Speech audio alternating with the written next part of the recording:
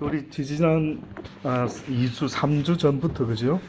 히스기야에게 닥쳤던 어려운 일과 또 그것을 어떻게 해결했는지를 쭉 봐왔습니다. 히스기야가 잘했던 모습은 어려움이 있을 때에 어떤 모습을 취했습니까?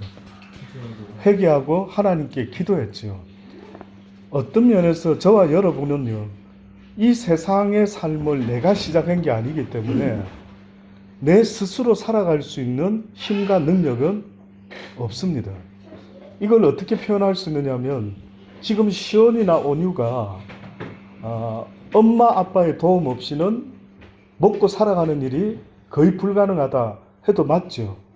이런 것처럼 이 세상은 내가 시작한 세상이 아니기 때문에 하나님께서 이 세상을 만드시고 우리에게 허락하셨을 때에 어떤 면에서는 먹고 살아가는 모든 문제조차도 하나님이 다 생각을 하고 계셨죠. 그러니 어떤 면에서는 이 세상을 살아갈 수 있다는 것은 내 힘과 능력으로 사는 게 아니라 하나님 아버지의 전적인 보살핌과 도우심이 없이는 살아갈 수가 없는 존재라는 것을 인정하는 것이 시간이 많이 걸립니다. 이런 비유는 너무 이해가 되죠. 시온이가 엄마 아빠 말을 잘 들어야 먹고 산다. 이런 이야기는 우리가 목사님 그건 모르는 사람이 어디 있습니까? 그럼 시온이는 엄마 쫓아다니고 아빠 쫓아다녀야 되고 시키는 거 해야 먹고 살고 또 이렇게 지낼 수가 있죠. 근데 아직도 하나님 이야기를 하면서 이 세상을 사는 것도 내 힘과 능으로 살 수 있는 존재가 아니다. 여러분이 한치 앞에 무슨 일이 일어날 줄 압니까? 저는 하나님을 의지해야 될 수밖에 없는 이유가 목사님은 뭐라 생각합니까? 라고 하면은요, 한치 앞을 알지 못하기 때문이다. 쉽게 말하면은 어두운 캄캄한 속에서 내가 하루를 지낸다면은 아무것도 안 보이고 할 수 있는 게 누구 도움 없이는 하루를 못 지내는 것처럼 내가 내일이라는 시간은 내게 아니기 때문에 내가 이쪽 길로 가야 안전할지 저쪽 길로 가야 안전할지 오늘 사 먹는 음식에 독이 들었는지 안 들었는지 길을 걷는데 차가 나한테 달려와서 나를 치게 될지 안 되게 될지 한치 앞을 아는 분이 있습니까? 없단 말이죠. 그러면 그걸 인정하는 일이 이렇게 어떻게 보면 어렵다. 그래서 그걸 인정하는 사람들은 하나님을 아바 아버지라 부르고 하나님의 도우심을 바라며 주의 도움 없이는 내가 이 세상 살아가는 게 심히 어려움을 인정합니다. 그러니 내 삶에는 주님이 함께 해 주셔야 됩니다 하는 것이 당연한 것이어야 되는데 꼭 어려운 일이 있을 때만 그것을 찾고 구하는 겁니다. 그래서 히스기야 왕이 그래도 잘한 것은 어렵고 힘들 때 혹시나 내가 뭘 잘못한 게 없을까 하고 자신을 돌아보고 회개 기도를 했던 것, 이것이 어떻게 보면 가장 상식적인데도 불구하고 히스기야에게서는 아주 잘한 일 중에 하나였죠. 근데 여러분, 힘든 일이 있을 때는 오히려 안전합니다. 근데 오늘 본문은 히스기야가 그 죽을 병에서 낫고 다시 회복되었을 때 문제가 터진 겁니다. 그게 어떤 문제가 터졌나 보니까 한마디로 말하면 바벨론 왕이 무로닥 발라딘이란 발라딘이 히스기야가 병 들었다가 나았다함을 듣고 글과 예물을 보냈다라고 했습니다. 그래서 히스기야가 아마 그 왕이 보낸 사자를 이제 기쁘게 맞이했던 것 같아요. 근데 이유는 모르겠어요. 이유는 잘 모르겠는데 히스기야가 바벨론에서 온 그 사신을 맞이하면서 뭘 했습니까? 예? 예. 그러면 여러분 혹시 한번 유추를 해보실래요? 그 바벨론 왕의 사신이 와서 무슨 이야기를 나누었을까요? 근데 여기 전제로 보니까 지금 히스기야 왕이 병들었다가 나았다 함을 듣고 글과 예물을 보냈다 그랬죠. 그러면 대략 유추해 볼 수 있죠. 그 사신이 와가지고 무슨 이야기 안부를 물었겠습니까? 그렇죠. 너무 상식적이죠. 지금 이것 때문에 일단은 왔다라고 했습니다. 그죠? 그러나 이제 그걸 빌미로 해서 뭔가 이렇게 서로 협력 좀 하자. 이렇게 화친을 하자. 힘을 좀 서로 세우자. 뭐 이런 뭐가 있었던 것 같아요. 자, 그러나 어쨌든 와서 도대체 뭐 묻고 나섰냐? 도대체 당신의 하나님은 어떤 분이냐? 어떻게 해서 당신이 이렇게 나올 수 있었느냐? 뭐 이런 자세한 이야기를 물어봤었겠죠. 그러면 자기가 병들었다 나은 이야기뿐만 아니라 그 아수르 군대가 18만 5천이라는 어마어마한 군대가 하룻밤 사이에 다 죽은 이야기. 그러면은 우리 생각에 당연히 히스기야 왕이 그 사람 만나서 무슨 이야기를 했었어야 될 것 같습니까? 하나님 이야기를 했어야죠. 내가 섬기는 그 하나님이 나의 어려움을 돌아보시고 나를 구원하신 거다. 그러니까 우리 하나님이 나를 낫게 해주시고 아수르의 손에서 우리를 벗어나게 해주셨다. 하나님을 자랑했어야 되겠죠. 기본적으로. 근데 성경에 자세한 스토리는 안 나와 있는데 갑자기 그 사신이 왔는데 뭐 무슨 이야기 나누었는지 모르겠는데 그가 뭘 자랑하기 시작했어요. 히스기야 왕이. 근데 뚱딴지 같이 뭘 자랑을 했느냐면 뭘 자랑합니까? 그에게 궁중 보물 곧 은, 금, 향료, 보배로운 기름 모든 무기고 보물고 있는 것을 다 보였으니 궁중의 소유와 전 국내의 소유를 보이지 아니하는 것이 없었다라고 그렇게 이야기를 합니다. 그랬더니만 분명히 이제 하나님이 얘가 지금 뭔가를 잘못하고 있다라는 것을 보시고는 히스기야 왕에게 선지자 이사야를 보냈죠. 그래서 이사야가 와서 이제 이야기를 합니다. 그 사람들이 사신이 와가지고 무슨 대화를 했습니까? 무슨 말을 하던가요? 어디서 왕에게 왔나이까? 히스기야가 가로되 그들이 원방국 바벨론에서 내게 왔습니다. 또 이사야가 말합니다. 그들이 왕의 궁전에서 무엇을 보았나이까? 히스기야가 대답합니다. 그들이 내 궁전에 있는 것을 다 보았나이다. 내 보물을 보이지 아니한 것이 하나도 없다. 그러니까 이 히스기야 왕은 자기에게 보물이 뭐라고 생각한 겁니까? 세상에 것들을 지금 자랑을 했던 겁니다. 성경에는 자랑에 대한 이야기가 분명히 있습니다. 혹시 여러분 자랑해라 하면 뭐 자랑합니까? 아니면 여러분 살아오면서 자랑해 보신 것도 있습니까? 은근히 누구한테 뭐 자랑하시는 적 없습니까? 한 번도? 제호 집사는 없을 수도 있을 것 같아요. 왜냐하면 한 10여 년 전에 수요일 예배 때 제가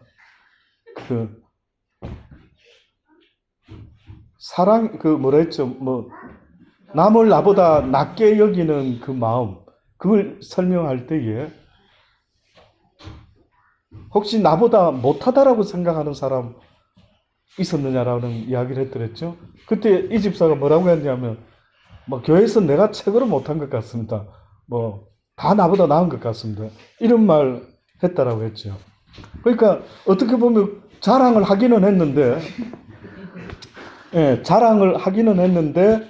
뜻밖에도 좋은 자랑을 한 게 아니고 내가 가장 부족한 사람이다.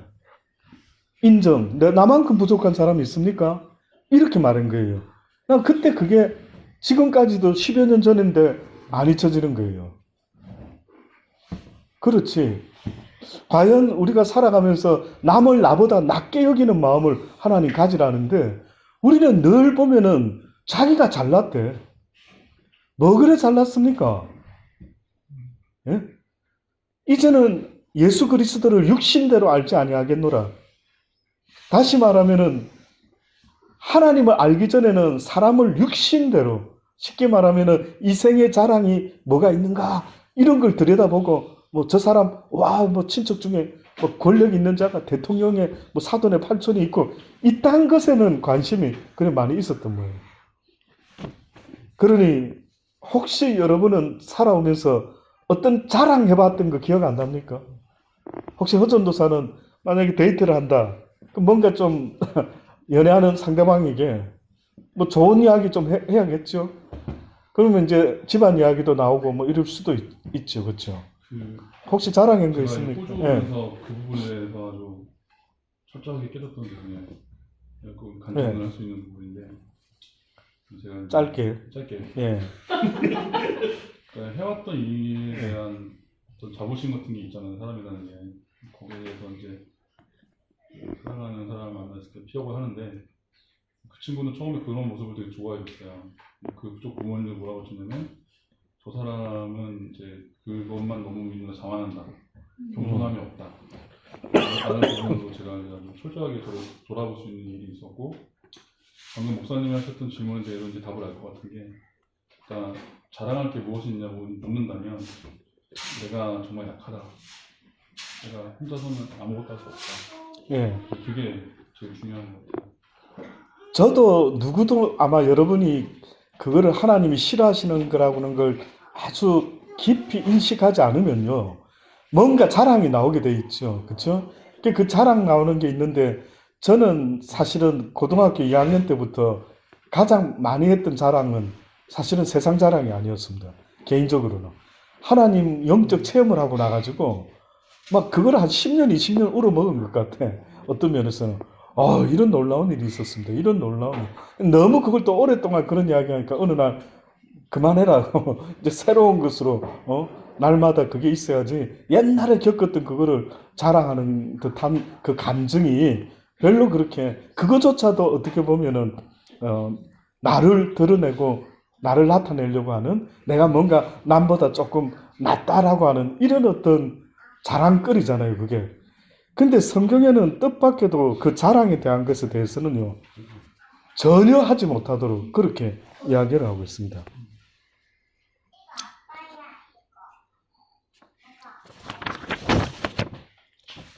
고린도전서 1장 26절로부터 보면은요, 형제들아 너희를 부르심을 따라 보라. 육체를 따라 지혜 있는 자가 많지 아니하고 능한 자가 많지 아니하며 문벌 좋은 자가 많지 아니하노도다. 그러나 하나님께서 세상에 미련한 것들을 택하사 지혜 있는 자들을 부끄럽게 하시고 세상에 약한 것들을 택하사 강한 것들을 부끄럽게 하시고 하나님께서 세상에 천한 것들과 멸시받는 것들과 없는 것들을 택하사 있는 것을 폐하려 하시나니 이는 아무 육체라도 하나님 앞에서 자랑치 못하게 하려 하심이라. 너희는 하나님께로부터 나서 그리스도 예수 안에 있고 예수는 하나님께로서 나와서 우리에게 지혜와 의로움과 거룩함과 구속함이 되셨으니 기록된 바 자랑하는 자는 주 안에서 자랑하라 함과 같게 하려 함이라.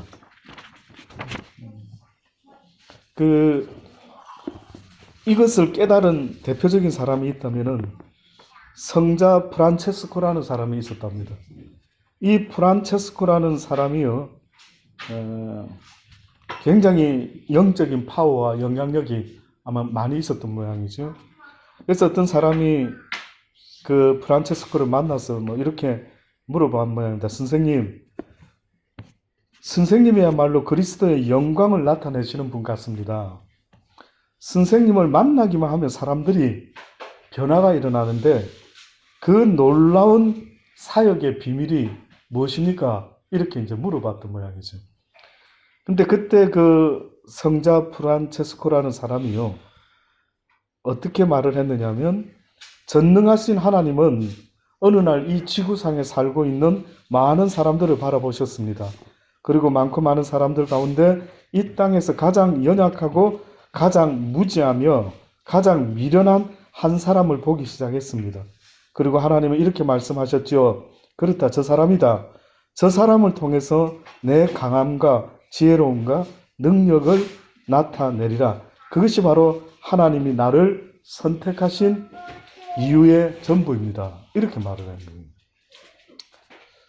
어떠세요? 여러분은 이 이야기를 들을 때에 그 대단하다라고 생각했던 그분의 입에서는 나는 대단한 게 아니고 나는 당신보다도 더 보잘것없고 초라한 자인데 하나님이 나 같은 초라하고 보잘것없는 자를 통해서 하나님 자신의 강함과 위대하심과 능력되심을 나타내고 있을 뿐이지, 내가 만약에 강하다라고 했고 내가 뭐 남보다 똑똑하다 그랬고 내가 누구보다 낫다라고 했으면은 아마 나는 이런 일을 할 수 있는 존재가 아니었겠지요. 이렇게 이야기를 하는 겁니다. 여러분, 나라는 사람이 바뀌기 원하십니까? 여러분은 여러분 모습이 만족스럽습니까? 어제 저희 교회에 가가지고 연합회 기도회 모임을 했습니다. 그 중에 다른 선교단체 회장되는 집사님이요, 그러더라고요. 목사님, 저는 이 나이 되도록, 저하고 나이가 비슷한 것 같아요. 저는 이 나이 되도록 지금까지 하나님을 믿노라 하고 살아가고는 있는데 업앤다운이 너무 심한 것 같습니다. 그러더라고요. 좀 뭔가 은혜 받고 이럴 때는 막 또 열심히 막 기쁘게 교회를 하는데, 또 어떤 때는 곤두박질을 치면은 막 어떻게 해야 될지 몰라서 그래 막 그렇겠지, 이런 식의 자기 모습을 보면서 이거는 아닌데 그러고 있는 자기 모습이 안 됐다는 거예요. 그래서 하나님 보실 때 나도 내가 이쁘지 않는데, 나도 내 모습이 그렇게 마음 들지 않는데 하나님이 나를 보시면 어떻게 생각하실지 모르겠다고 그분이 그런 고백을 하시더라고요. 그래서 제가 그랬죠. 저도 부족합니다.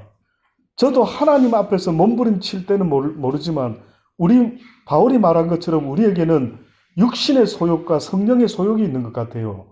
그래서 두 법이 한 육신 안에서 날마다 싸우는 것 같습니다. 육신의 법은 날마다 하나님의 법을 쫓지 못하도록 하고, 하나님의 법은 날마다 육신의 소욕을 쫓지 못하도록 하나님께 나가도록 우리를 인도하는데, 그 두 법이 내 안에서 계속 부딪히다 보니까 갈등이라는 게 일어나는 것 같다고. 갈등은 뭔가 극과 극이 부딪힐 때 갈등이 일어나는데, 저도 그렇게 일어나는데, 그래서 제가 아는 하나님은 이 땅에서 육을 가진 인간 중에 의인이 없다고 하신 것처럼 완벽한 사람은 없어도 완벽하려고 늘 애쓰는 사람이 되어라는 것을 저는 깨닫고, 지금도 쓰러지고 넘어지지만 얼른 먼지를 틀고 다시 일어나서 또 바라보며 나갈 수밖에 없는, 그게 내가 할 수 있는 전부인 것밖에 없다라고. 무슨 위대한 어떤 믿음이 아니라 실제가 그렇다는 것을 저는 알고 있기 때문에 넘어지고 쓰러지는 일이 없을 수는 없지만 또 일어나고 또 그렇게 하지 않으려고 애쓰고 나간다고. 여러분 자신의 인격과 인품이 가만히 있는데 저절로 바뀔 것 같습니까? 예?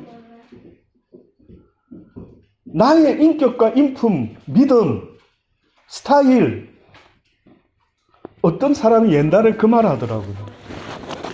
목사님, 뭐 하나님은 뭐 각자의 개성을 그대로 활용해서, 기질을 활용해서 써먹지 않습니까?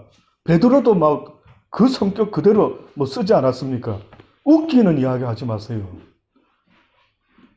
베드로 성격을 그대로 썼다라는 게 어디에 나와 있는데요? 베드로가 예수님이 십자가에 달려 돌아가시고 부활하시기 전까지의 모습은 예수님을 쫓다가 자기에게 어려움이 생기면은 자기도 살려고 배반했던 사람입니다. 그렇게 오랫동안 모셨던 스승인데 그 스승도 배반을 했어요. 그 사람의 기질이 저는 무슨 기질을 말하는지 모르겠는데, 부활하신 예수님을 만나고 나서 모든 제자가 다 바뀌었어요. 자기의 육신의 성품이, 옛 성품이, 육신의 법이 바뀌어지고 말았어요. 그래서 그 기질은, 쉽게 말하면 기질은 두 가지밖에 없습니다. 하나님의 말씀을 거역하는 기질과 하나님의 말씀에 순종하는 기질. 그거 말고 무슨 기질 말하는데? 나는 내 성격대로 예수 믿고. 조심하십시오. 나의 변하지 않는 옛 성품은요, 나를 끝까지 지옥으로 끌고 가려고 하는 게 대다수의 성격입니다. 내가 변화가 안 일어나면 나만 괴로운 거예요. 한번 잘 보세요. 나를 괴롭히는 거는 예수 알기 전에 내 기질입니다.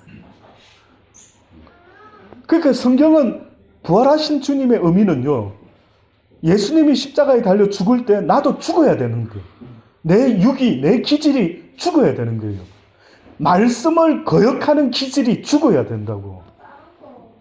근데 무슨 옛날에 제가 그 말을 들을 때 긴가민가 했어요. 아, 목사님, 뭐 베드로 성격 다 쓰신 거 아닙니까? 하나님이.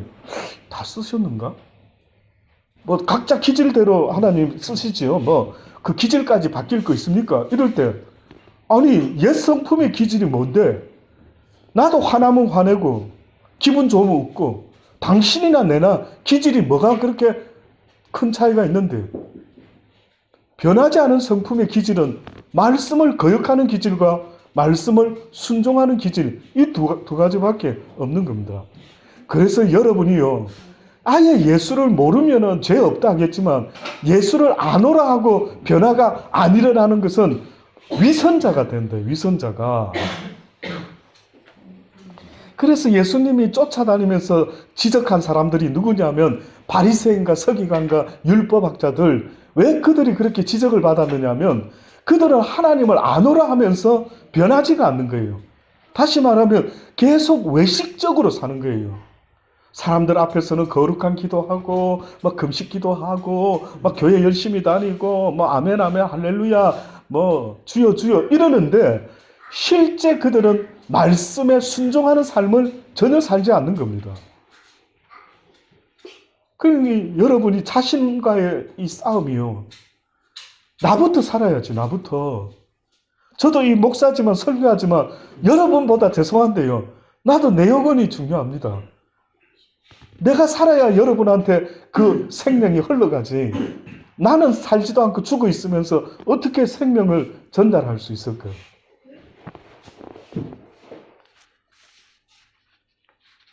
이 프란체스코라는 사람의 이 말이요, 얼마나 공감이 되는지 모릅니다. 근데 그 반대 이야기가 또 있습니다. 어느 목사님의 이야기인데, 이분이 뭐 한국에서 목회하는 분인지 호주에 사는지 미국에 사는지 모르겠는데, 어떤 목사님이 골프를 배우고 나가지고 골프에 푹 그냥 아주 빠지게 됐답니다. 얼마나 골프가 재밌기 시작했는지요. 어느 날 주일날인데 아침에 딱 일어났는데 너무 화창한 골프 치기 좋은 날이겁니다. 와, 이런 날은 교회 가는 것보다 골프를 쳤으면 좋겠다, 이 생각이 쑥 들어왔어요. 그러니까 이 목사님이 교회에다가 전화를 했습니다. 부교육자한테. 아유, 오늘 내 몸이 좀 불편해서 저기 대신 좀 예배 인도해라고. 이러고 이 목사님이 골프를 치러 갔대요. 그러니까 이제 이 장면을 하늘나라에서 예수님이 천사들과 함께 보고 있습니다. 그러니까 어떤 천사가 이제 예수님께 이야기합니다. 예수님, 제 손 좀 봐줘야 안 되겠습니까? 제 지금 너무 곁길로 나가도 너무 나가는 것 같은데 저 어떻게 좀 혼을 좀 내줘야죠. 정신 바짝 차리게. 그랬더니만 예수님이 알았어 그러셨답니다. 그래서 이제 천사가 예수님이 어떤 결정을 하셨나, 어떻게 혼을 내시나 이제 궁금해서 딱 쳐다보고 있는데요. 이 사람이, 저는 골프 용어도 잘 모릅니다만 개인적으로 1번 홀에서 뭐 스윙을 했답니다. 350야드를 볼이 날아가가지고요, 홀컵에 홀인원이 됐다라는 겁니다. 네, 한 방에. 이 목사님의 구력에 이런 일이 처음 있었던 모양이에요. 이 목사님이 막 흥분을 한 겁니다. 와우, 오 마이 갓 하고 막 좋아서 난리가 났어요. 그러니까 보고 있던 천사가, 예수님, 저 혼을 내야 되지 어떻게 홀인원 할 수 있도록 그렇게 하십니까? 이제 그런 거예요. 그랬더니만 예수님의 말씀이요, 목사가 이 일을 누구에게 자랑하겠느냐? 자랑을 하면은 주일에 골프 친 것이 들통이 날 테니까 자랑하고 싶은데 자랑할 수 없는 고통보다 더한 고통이 어디 있겠느냐? 전혀 반대 이야기죠. 프란체스코하고는 전혀 반대의 어떤 삶을 사는 한 사람을 비유로 한 겁니다. 그러니까 우리 예수님은 뜻밖에도 그렇게 이 어리석은 사람에게 벌을 내리신 것이 세상 자랑하고 싶은데 하필이면 이런 자랑거리는 할 수가 없는 이런 상황을 만드신 거죠.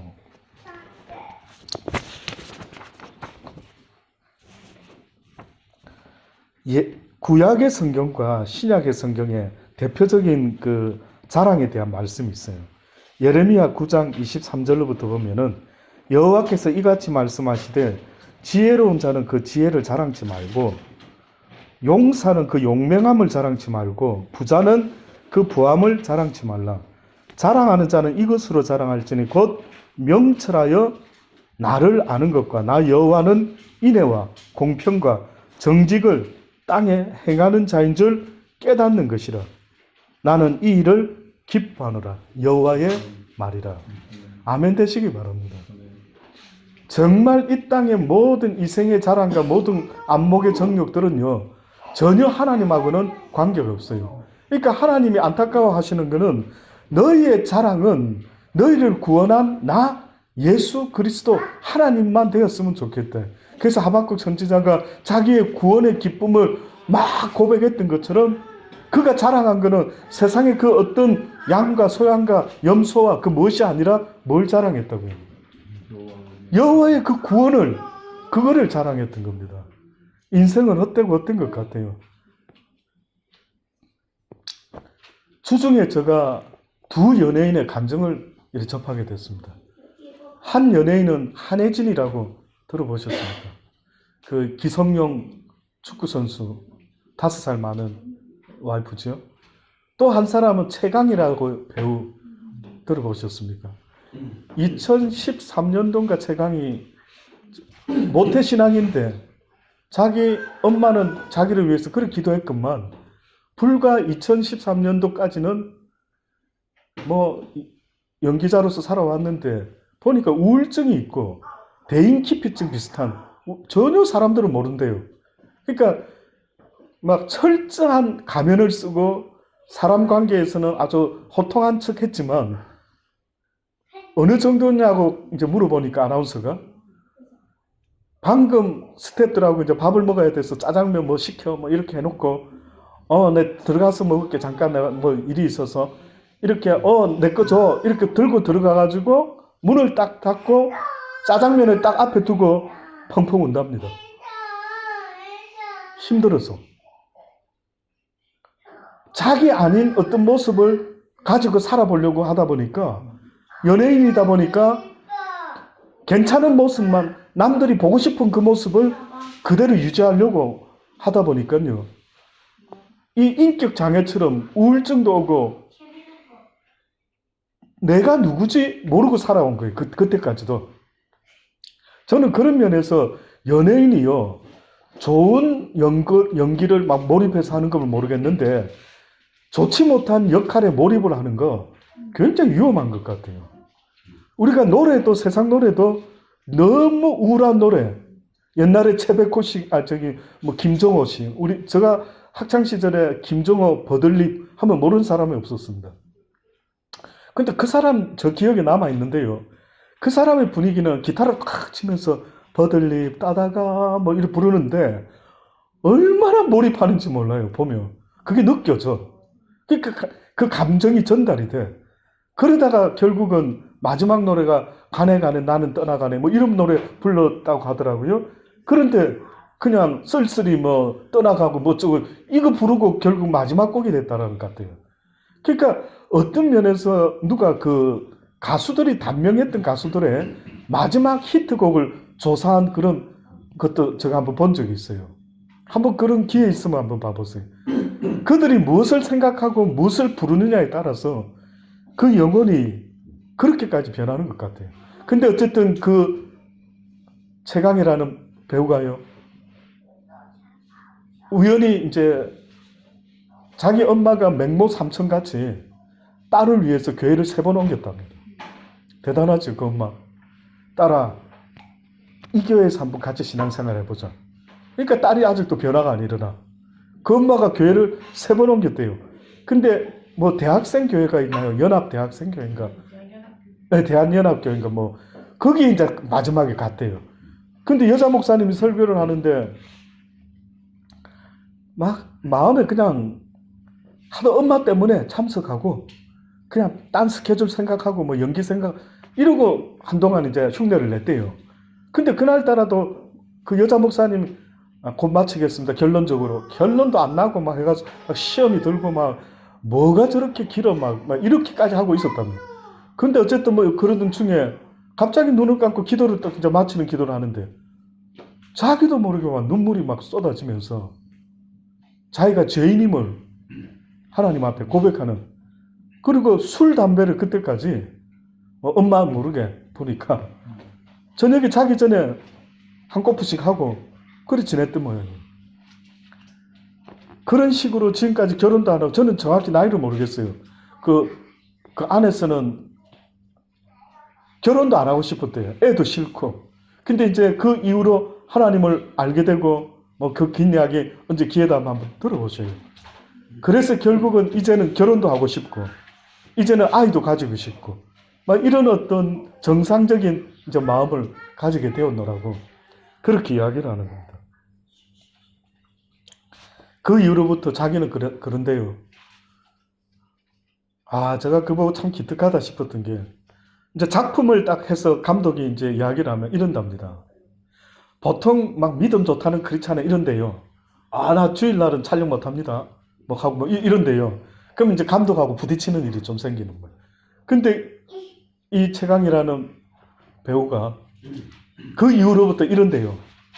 감독님, 저는 좀 상태가 좀 부족합니다. 건강이 부족해서 꼭 쉬어야 된다면 저에게 주일날 쉴 수 있도록 해달라고. 그래서 제가 영적으로 정신적으로도 그렇고 육신적으로도 힘을 얻는다면 제가 가능한 한 주일날 쉬었으면 좋겠다고 허락해달라고. 괜찮겠냐고. 그런다라는 거예요. 그래가지고 그 당시 때 예수 믿고 나서부터요 지금까지 5시 15분만 되면 하나님이 깨우신다. 그래가 3년 동안 그 당시 때 인터뷰할 때가 2016년도더라고요. 새벽기도 지금까지도 합니까? 아나운서가 물어보니까 지금까지도 하고 있더라고요. 그러니까 그 여자 아나운서가 놀라는 거예요. 자기는 놀랍다고. 얼마 전에 연합 무슨 집회할 때 최강희 씨 온 거 보고 놀랬다고. 도무지 그 바쁜 스케줄 속에서 그렇게 집회 와서 찬양하는 이런 게 있을 수가 없는데 저 사람 어쩌려고 저기 촬영 안 하고 왔을까? 뭐 이런 생각이 들 정도로 본인이 더 걱정이 됐대. 근데 간증을 하는데 자기가 그 마음을 먹으니까 하나님이 도우시는데 감독이 아예 사인을 해준답니다. 계약서에다가 최강희는 주일날 쉬는 걸로. 거의 스케줄을 안 잡는데요. 한 번 딱 잡혔대. 그때 일부 예배 마치고 가는 걸로. 그 다음부터 아프리카의 월드비전의 그 홍보대사로 아이들을 섬기는 일을 하고 있는데 이 사람이 자랑이 바뀌어버린 거예요. 이제는 예수님 이야기, 그러면서 한마디로 당신에게 있어서 예수는 뭐냐 이러니까 딱 한마디 하는 거예요. 그것은 진실입니다. 예수님은 살아계시다고. 내가 끊지 못했던 술도 담배도 내가 무슨 노력을 대단히 한 건 아닌데 나도 모르게 점점점 그게 멈추고 말았다고. 그것만 봐도 그분은 진짜이신 분이다.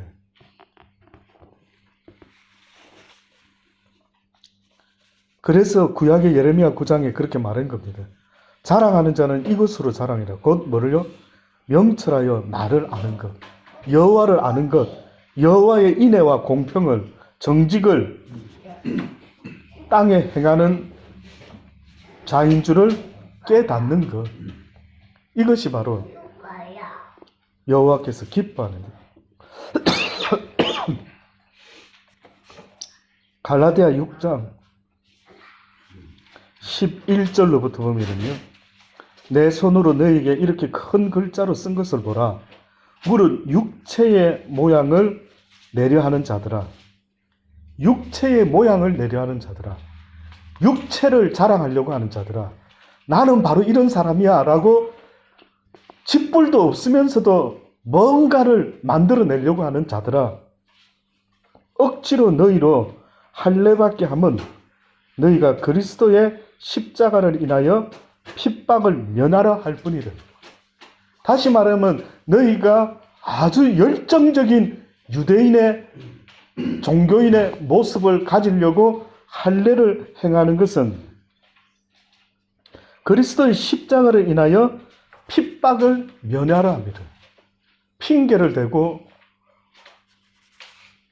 다시 말하면 실제 자랑해야 될 것이 있다면 하나님의 말씀에 순종하고 그분을 알고 쫓아가는 이것이 내 인생의 자랑거리가 되어야 되는데, 그거는 자랑하지 않고 할례, 곧 종교 행위를 자랑하고 앉아있다.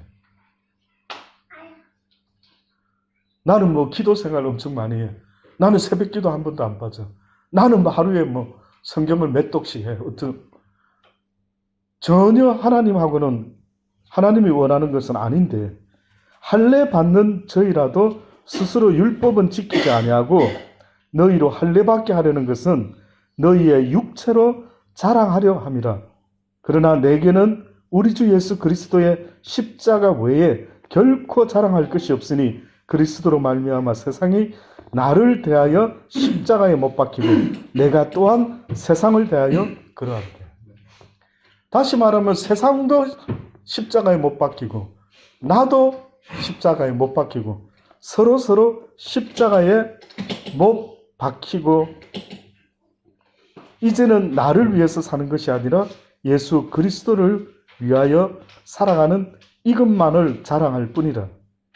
요한 1서 2장 끝으로요 15절에 보면 이 세상이나 세상에 있는 것들을 사랑치 말라.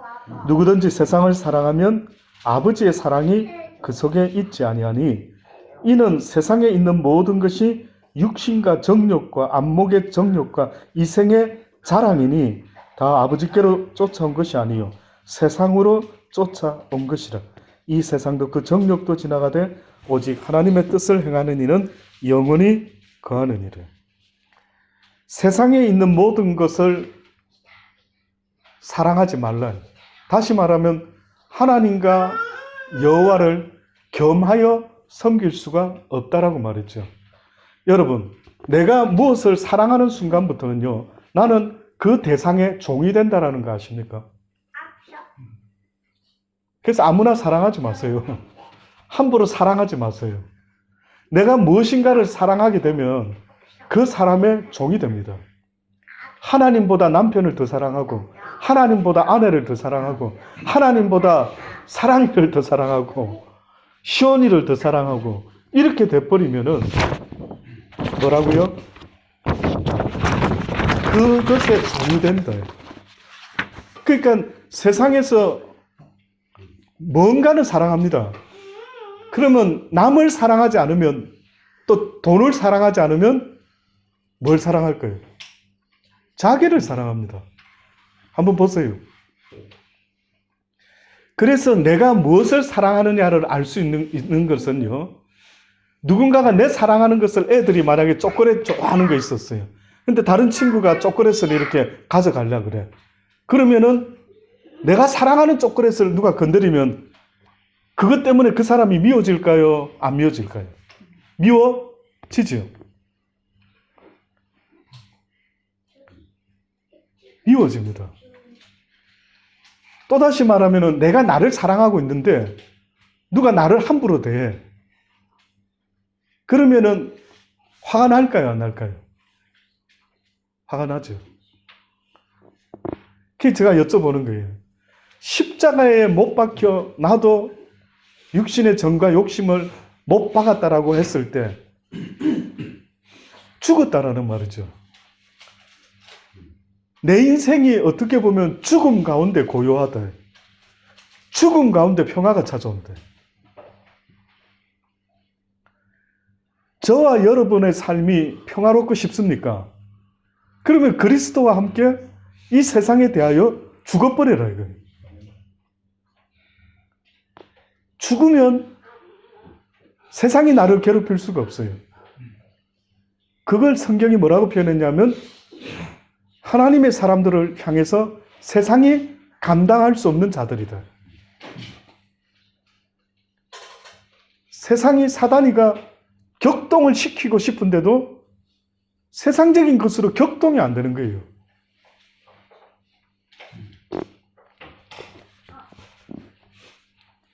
이것이 바로 어떻게 보면은 하나님이 우리에게 말씀하는 믿음의 자랑이지 않는가 하는 생각이 들어요. 사랑하는 여러분, 내 입에서 뭘 자랑하며 살고 싶은지를 스스로 한번 볼 수 있기를 바랍니다. 누구 때문에 예수 믿지 마시고요. 자신의 영혼을 불쌍히 여기는 마음으로 예수 믿으실 수 있게 되기를 바랍니다. 아무쪼록 이 땅에는 남이 알아주지 않는 인생을 살는지 몰라도 언젠가 그분 앞에 서게 될 때 그 하나님의 나라를 잃어버리는 그런 불쌍한 인생이 되지 않기를 바랍니다. 오히려 이 땅에서 모든 걸 잃어버려도 그분만큼을 잃어버리지 않겠다라는 그 믿음이요. 그 마음이 저와 여러분의 마음이 되기를 간절히 바랍니다. 결국 히스기야 왕은 똥단지같이 자기의 보화를 자랑했는데 결국은 그 보화가 어떻게 될 것이라고요. 다 빼앗기게 될 것이다. 근데 맨 마지막에 너무 희한한 이야기가 있는 거 아십니까? 맨 마지막 8절에 희한한 이야기를 합니다. 희한한 이야기. 뚱딴지같이 이 말을 들은 히스기야가 뭐라고 말합니까? 물론 7절에 보세요. 한번 알려드릴게요. 여기 내게서 날 자손 중에 몇이 사로잡혀 바벨론 왕궁의 환관이 되리라. 누굴 것 같습니까?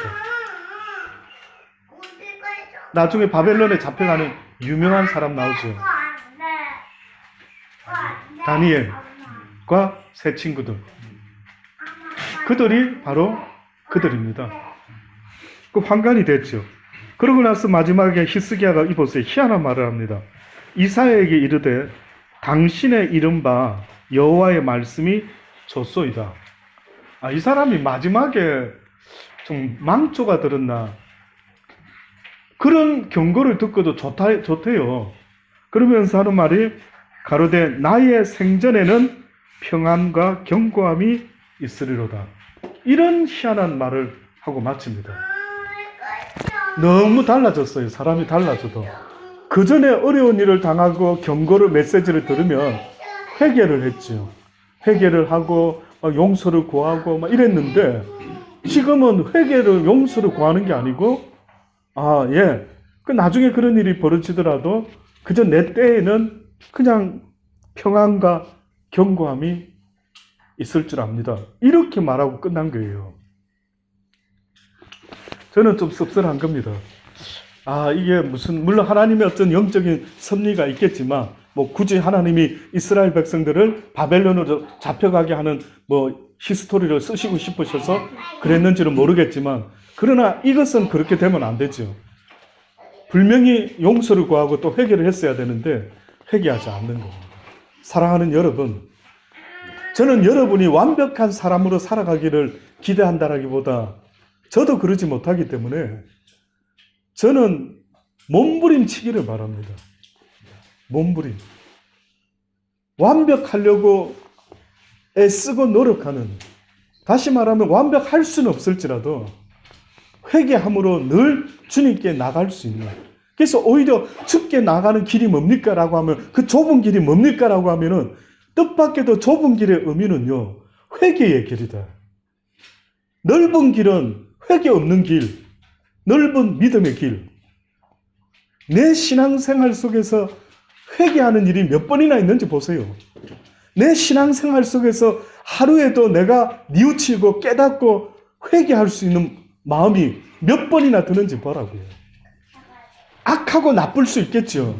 그러나 그러지 말아야지 하다가 화를 내고 또 한바탕 하는 이것도 좋지만은, 그러나 회개할 수 있게 되기를 바라는 겁니다. 그 회개의 길이기 때문에 성경에 좁은 문, 좁은 길이라고 했다면은 그 길 말하죠. 그래서 인간이 가장 못하는 게 뭐냐? 그 회개입니다. 아담과 하와도 못한 게 뭡니까? 회개죠. 저는 아담과 하와가 만약에 역사상으로 선악과를 따먹고 하나님이 왜 그랬느냐라고 했을 때에 하나님 죄송합니다. 내가 우리 와이프가 저걸 따먹으려고 할 때 못하게 주의를 줬어야 되는데 단도리를 못한 걸 용서해 주십시오. 이게 다 저의 불찰입니다. 이렇게 고백했다면 역사의 방향이 달라질 수도 있지 않았을까요? 회개하지 않았지. 핑계대고 변명하고 당신이 만들어준 저 여자 때문에 이랬대. 여자야 왜 그랬느냐? 저 뱀 때문에 그랬대. 아무도 회개한 자가 없었어요. 그래서 그런지 예수님이 딱 나타나시더니만 첫 번째로 외쳤던 말씀이 뭐라고요? 회개하라. 천국이 가까웠대. 결국은 죄 짓지 마라. 뭐 이런 표현은 불가능한 것 같아요. 죄 지을 수도 있겠지만 마음에 악한 생각 할 수도 있겠지만은 그러나 더 중요한 것은 회개할 줄 아는 심령. 여러분이 어린아이 같이 아니하면 결단코 내 나라에 들어올 수 없을 것이라고 할 때에도 저는 어린아이의 특징이 여러 가지 있겠지만 모습에 새 키워보니까요. 저놈이 머리 좀 컸다고 이렇게 생각 들 때가 있어요. 그때는 더 이상 어린애가 아니다. 어린애 때의 모습, 어린이 나를 기억해서 선물을 사줘도 되는 나이가 목사님 언제일까요? 물어보시면 나이로는 잘 모르겠어요. 근데 언제까지 가능하냐면 예은아 그러면 안 되지. 공부를 더 열심히 해야지 했을 때 엄마 죄송해요. 내가 공부 좀 더 열심히 할 걸 너무 놀았어요. 이렇게 죄송해 하다고 고백할 수 있는 그 모습. 이게 어린애 아닙니까? 아니면 여러분은 뭘로 어린아이와 어른의 나이를 구분 짓는데요? 우리는 국민학교 6학년 딱 마치면 어린이날이 없어졌어요. 제가 한번 여쭤볼게요. 성경에는 너희가 어린아이 같이 아니하면 천국에 들어갈 수 없다라고 할 때 그 어린아이의 모습 나일까요? 특징일까요? 특징이겠죠. 그러면 그 어린아이의 특징은 무엇이 어린아이의 특징입니까? 여러분, 노아 시대의 아이들이 어렸을 때부터 마음의 생각과 계획하는 바가 심히 악했다라는 거예요. 악한 거는 좋은데 무엇이 없었던 거예요? 뭐가 없었다고? 회개가 없었던 거예요. 어린 아이들 모습 속에 어린아이답다라고 할 수 있다면은 그는 어른이 잘하지 못하는 자기 잘못을 인정하는 회개가 하나님 앞에서 그게 없는 거예요. 저와 여러분은 그리 되지 않기를 바랍니다. 이 히스기야 왕이 결국에는 회개를 잃어버린 것 같아요. 그래서 그는 이런 말도 안 되는 희한한 모습으로 바뀌어버렸습니다. 당신이 이른바 여호와의 말씀이 좋소이다. 어떻게 이게 좋습니까? 네? 망하게 되었고 바벨론에게 잡혀가게 된다는데 어떻게 이것이 좋소이다. 그러나 나의 생전에는 평안함과 견고함이 있으리로다. 기도하십시오.